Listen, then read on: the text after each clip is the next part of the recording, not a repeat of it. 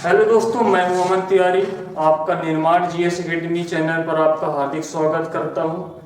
आज हम मैथ का नंबर सिस्टम टॉपिक पढ़ेंगे जो आपके अधिकतर एग्जामों में देखे गए हैं। ठीक है, ये टॉपिक आपका बहुत ही अनिवार्य है और इस टॉपिक को पढ़ने से पहले हम जान लेते हैं इसमें जो भी आपके बेसिक्स हैं उसको पढ़ेंगे। ठीक है, तो पहले आपका नंबर सिस्टम में आता है संख्या।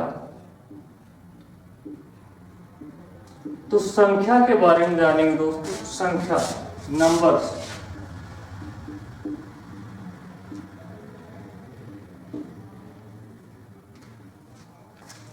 नंबर्स, ठीक है, इसको दो भागों में बांटा गया। नंबर दो प्रकार के हो सकते हैं।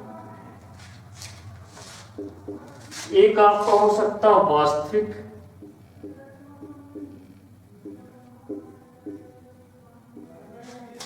और दूसरा है आपका काल्पनिक।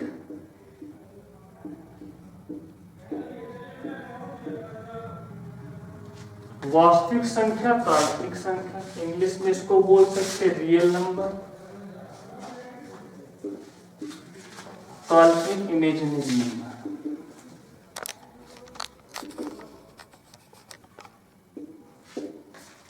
ठीक है, तो संख्या में दो टाइप्स होते हैं, वास्तविक और काल्पनिक संख्या। ठीक, काल्पनिक संख्या की बात करें तो काल्पनिक संख्या ऐसा होता है जब आपका स्क्वायर रूट नेगेटिव हो। ठीक है, स्क्वायर रूट नेगेटिव की बात करूं, जैसे मैंने -1 रखा, इसको स्क्वायर रूट के अंदर रख दिया, तो ये असंभव हो जाता है। ठीक है, आप नेक्स्ट संख्या रखी, 2 रखी, -2, क्योंकि स्क्वायर का मतलब मैं ये जानता हूं किसी भी दो संख्याओं का गुणा करूं तब तो स्क्वायर के बाहर आएगी। तो मैं ऐसी दो संख्या नहीं ले सकता। दो संख्याओं को यदि मैं लूंगा तो आप माइनस नहीं ला पाएंगे, क्योंकि संख्याएं सेम होनी चाहिए। यदि मैं एक्स स्क्वायर को बाहर निकालता हूं तो मैं जानता हूं +x इंटू +x करते हैं, +x इंटू +x करते, तब जाके x आपका क्या निकलता है दोस्तों, बाहर निकलता है। ठीक है, तो यहाँ पास आपका -2 है, तो ऐसे सेम दो संख्याएं नहीं हो सकती जो आपकी माइनस ला दे। ठीक है, तो इसलिए ये काल्पनिक संख्याएं हैं। और काल्पनिक में आपका इसको थोड़ा सा सही तरीके से लिखने के लिए, सही फॉर्मूला निकले कि आयोटा यूज किया गया है। तो आयोटा बराबर होता है -1। ठीक है, आयोटा को यूज करते हैं काल्पनिक। तो आयोटा में कैसे, किस फॉर्मेट में लिखेंगे दोस्तों, तो यहाँ पर देखिए, यदि मैं इसको इस टाइप में तो लिख सकता हूँ √2 इंटू -1। ठीक है, और -1 का मतलब होता है दोस्तों आयोटा, तो ये हो जाएगा √2 आयोटा। इस फॉर्मेट में काल्पनिक संख्या को लिखा जाता है। ठीक है, हालांकि एग्जाम में इसका ज्यादा यूज नहीं, लेकिन आप लोग इस चीज को ध्यान रखिएगा। ठीक है, अब आते हैं वास्तविक नंबर, जिसका हम ज्यादातर यूज करते हैं। इन नंबरों का हम यूज करते हैं वास्तविक रियल नंबर। तो रियल नंबर की बात करें, रियल नंबर आपको दो प्रकार से हो सकती है। एक पूर्णांक नंबर, पूर्णांक संख्या, ठीक है, इंटीजर जिसको इंग्लिश में बोलते हैं, और नेक्स्ट है आपका दशमलव संख्या जो डेसिमल नंबर कहलाता है। ठीक है, पूर्णांक संख्या इंटीजर कहलाता है, दशमलव आपका डेसिमल कहलाता है। ठीक है, तो चलिए आप इसको स्क्रीनशॉट ले सकते हैं। नेक्स्ट मैं आपका डेसिमल नंबर में जाता हूं, उसके बाद फिर दिन आएंगे पूर्णांक संख्या में। ठीक है,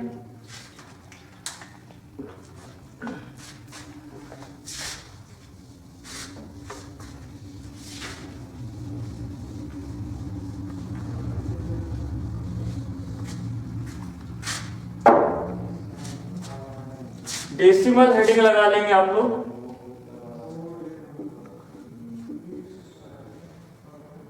डेसिमल नंबर। अब डेसिमल की बात करें तो डेसिमल भी दो प्रकार के होते हैं आपके।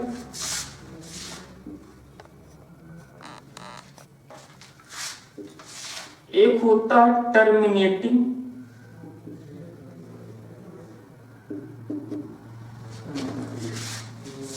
Non terminating.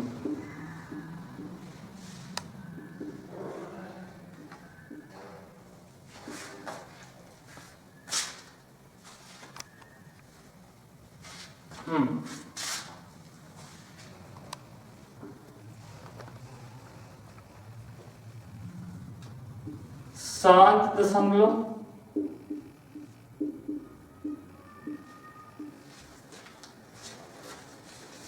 अशांत दशमलव।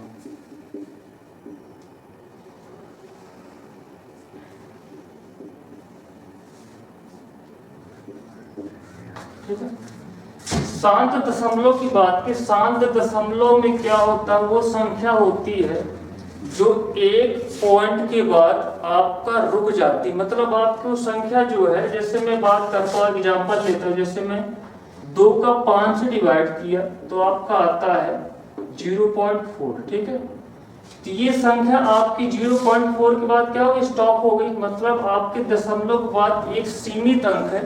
ठीक है, तो ये आपका किसमें आता है, टर्मिनेटिंग डेसिमल नंबर कहलाता, शांत दशमलव, मतलब एक प्रकार से साइलेंट हो जाता है दशमलव पर, किसी स्थान को डिजिटल शांत हो जाएगा, 1 2 3, मतलब एक ऐसा पॉइंट आएगा जहां पर आपका शांत होगा। ठीक है, दशमलव में जैसे यहाँ पर 0.4 ले सकते हैं, कुछ भी ले सकते हैं, 0.56 मतलब यहाँ पर स्टॉप हो गया, 0.74, तो ये शांत दशमलव में टर्मिनेट हो जाते हैं, मतलब एक प्रकार से शांत हो जाते हैं। ठीक, साइलेंट हो जाते हैं एक आपके स्थान के बाद दशमलव के। लेकिन यहीं पर यदि मैं अशांत दशमलव की बात करूं, अशांत दशमलव की बात करूं, तो ये आपके एक स्थान से शांत नहीं होती है, भी इसको भी 2 भागों में डिवाइड कर दिया है। पहले इसको डिवाइड कर लेते हैं, 2 भागों में डिवाइड किया है। एक होता है repeating value, non terminating repeating value, एक होता है नॉन रिपीटिंग।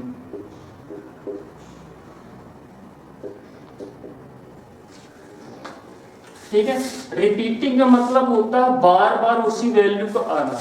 ठीक है, नॉन रिपीटिंग मतलब आपकी वैल्यू बार बार नहीं आती। ठीक है, तो यहाँ पर देखिए रिपीटिंग, अभी मैं समझाता हूँ रिपीटिंग का मतलब क्या है आपके पास। ठीक है, आप लोग पढ़े होंगे, यदि छोटी कक्षाओं में पढ़े होंगे, 9वीं 9th 10th में। ठीक है, तो आपका 9th 10th में आपने पढ़ा होगा बार मतलब जो वैल्यू आपके दशमलव के बाद बार बार आती है उसको बार लगा देते हैं। ठीक है, तो वही चीज आपकी रिपीटिंग वैल्यू आती है। जैसे आपका मैंने डिवाइड किया, एग्जांपल ले तो 10 में 3 का डिवाइड किया तो 3 का ना दशमलव लगा, फिर 3 का बार बार वैल्यू जाती है आपकी, ध्यान दिए, मतलब ये आपकी रुकती 3 से बार बार भाग जाता है। इसको अगर मैं डायरेक्टली शॉर्ट फॉर्म में लिख देता हूँ, 3 के ऊपर बार लगा दिए, 3.3 के ऊपर बार लगा दिए। ठीक है, तो ये आपकी रिपीटिंग वैल्यू है, तो क्योंकि आपके दशमलव वाली 3 वैल्यू बार बार आ रही है। ठीक है, तो ये रिपीटिंग वैल्यू है। ठीक है, कुछ भी ले सकते हैं, जैसे किसी का भी डिवाइड कर सकते हैं, 4.235, इसको मैं लगा दिए 3, अगर देखा जाए तो 4.2 35 ये बार बार आ रही है। ठीक है, ये रिपीटिंग वैल्यू कहला गई आपकी। तो ये आपका कहलाता है जो वैल्यू बार बार आती है उसको repeating non terminating decimal number. ठीक है, अशांत दशमलव में आपका ये जो बार बार वैल्यू होती है, ठीक है, अशांत दशमलव में आते हैं। अब आते हैं नॉन रिपीटिंग वैल्यू की बात की जाए। नॉन रिपीटिंग मतलब जो आपके दशमलव के बाद इसकी बार बार पुनरावृत्ति नहीं होती। ठीक है, तो वो नॉन रिपीटिंग में आता है। जैसे आप जानते हैं रूट के जितने भी मान होते हैं, रूट के वो मान, जैसे √2 हो गया। ठीक है, प्राइम नंबर्स जो होते हैं जिसके 2 फैक्टर होते हैं, तो एक होता है और इटसेल्फ होता है। ठीक है, खुद ही होता फैक्टर। जैसे √2 को मैं बाहर निकालूं, यदि मैं √2 को बाहर निकालूं तो ये 1.414 मान होता है, लेकिन ये कंफर्म मान नहीं, परफेक्ट मान नहीं, क्योंकि इसके भी आगे बहुत सारे मान हैं, लेकिन ये संभव वैल्यू दी जाती है 414। ठीक है, इसके आगे के मान बहुत सारे होते हैं। ठीक है, असंख्य सीमित होते हैं, इनफाइनाइट होते हैं। ठीक है, इसको मैं लिख नहीं सकता। तो ये आपका सिंपल सी एक पॉसिबल वैल्यू रखी गई बस, ठीक है। तो ये किस में आए दोस्तों, नॉन रिपीटिंग में। जैसे आपकी जो पाई की वैल्यू होती है दोस्तों, पाई की वैल्यू होती है वो भी आपकी किस में आती है, नॉन रिपीटिंग में। आपने सुना होगा पाई का मान जो होता है 22/7 होता है, तो 22/7 आपका पाई का सही मान नहीं है, ठीक है। पाई के आसपास की वैल्यू को 22/7 रख के आपका किया गया है, ठीक है। तो पाई का सही मान 22/7 नहीं है, इसलिए जो पाई का मान आएगा न, पाई जो आता है नॉन रिपीटिंग में आता है। यदि मैं 22/7 की बात करूं तो 22/7 आपका किस में आता है, रिपीटिंग वैल्यू में आता है, ठीक है। क्योंकि 7 का 22 से डिवाइड करेंगे तो आपका दशमलव के बाद ऐसी वैल्यू आएगी जो रिपीट होगी, ठीक है। जबकि पाई का मान आपका नॉन रिपीटिंग है, ठीक है। दशमलव के बाद उसके जो मान आप निकाल ही नहीं सकते हो, ठीक है। तो आप इसका यदि आप गूगल में सर्च करो तो पाई का मान आपका कई स्थानों तक दिया है, ठीक है। देखा जाए तो अमेरिका के कुछ सुपर कंप्यूटर ने इसके कई मिलियंस स्थान तक इसके मान निकाले, उसके बाद भी बंद हो गया, ठीक है। तो इसके मान निकालना बहुत ही मान इनफाइनाइट है, ठीक है। ये आपके मान अनंत है, इसका कोई स्टॉप वैल्यू नहीं है, ठीक है। तो ये चीज आपने पढ़ा यहाँ पास। अब एक कॉन्सेप्ट यहाँ से ये निकल के आता है, शांत दशमलव और शांत दशमलव में मैं यहीं से एक टॉपिक आपको बताता हूँ। एक चीज टॉपिक यहाँ निकलती है, आपने पढ़ा होगा परिमेय संख्या और अपरिमेय संख्या, ठीक है। परिमेय संख्या, अपरिमेय संख्या, चलिए इसको स्क्रीनशॉट ले लिए, हेडिंग लगाइए परिमेय संख्या और अपरिमेय संख्या।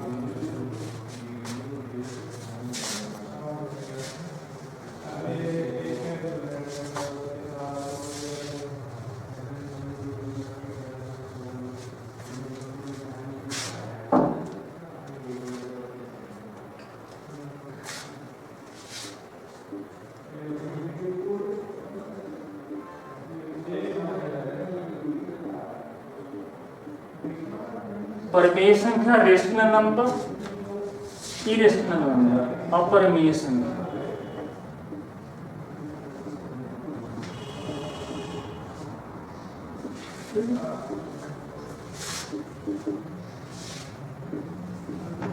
रेशनल नंबर,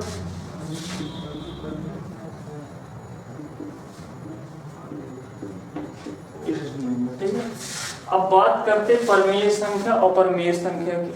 परिमेय संख्या वह संख्या कहलाती है जो आपका P/Q के फॉर्म में।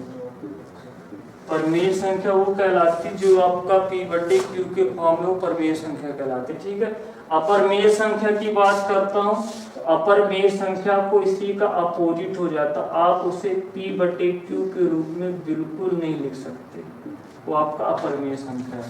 आपने इस जानकारी को यहाँ सीखा, जो मैंने अभी लास्ट हेडिंग जो लगाई थी डेसिमल में, तो आपको डेसिमल में आपको दिखा था अशांत दशमलव में, अशांत दशमलव में आपको दिखा था नॉन रिपीटिंग वैल्यू,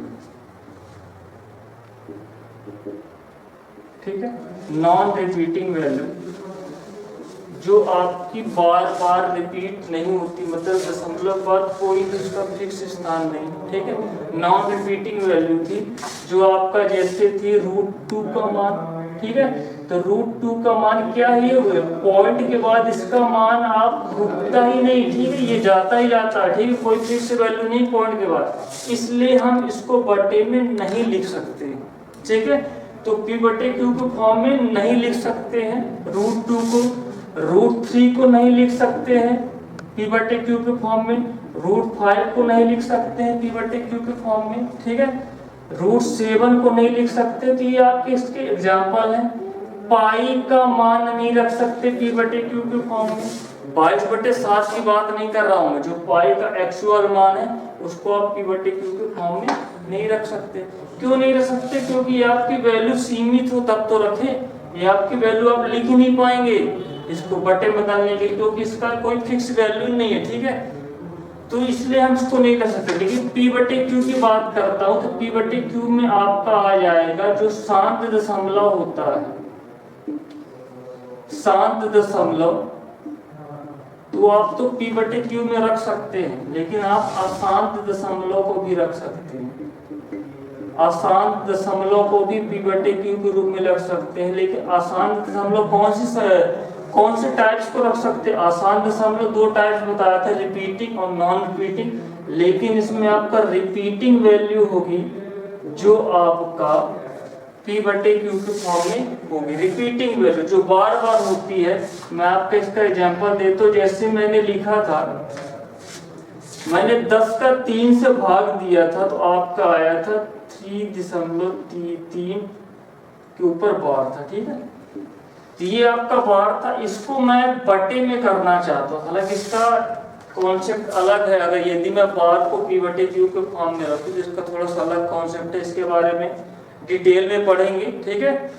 लेकिन अभी मैं फिलहाल बेसिक थोड़ा सा बता देता हूँ। यदि मैं 3.3 के ऊपर बार को रखना चाहूँ तो ये आपको पता होना चाहिए 3 बार बार आ रहा है, ठीक है। ये बार बार रिपीट हो रहा, तो मैंने इसकी जगह क्या लगा दिया दोस्तों? बार लगा दिया। तो कभी भी इसको ऐसे इसके क्वेश्चन आप देख ही जाएंगे, इसका मैं अलग से टॉपिक बनाऊंगा आप लोग के लिए, ठीक है। इसको कैसे रखेंगे, तो ऐसी कंडीशन में क्या करना है आपको, ये पूरी संख्या को रखना, ठीक है। इसके साथ माइनस करना वो संख्या जिसके ऊपर बार नहीं, तो बार किसके ऊपर नहीं? 3 के ऊपर, इसको माइनस करेंगे। बटे में वो संख्या रखेंगे जैसे एक संख्या के ऊपर बार है, तो एक आपका क्या आ जाएगा? 9 आ जाएगा, ठीक है।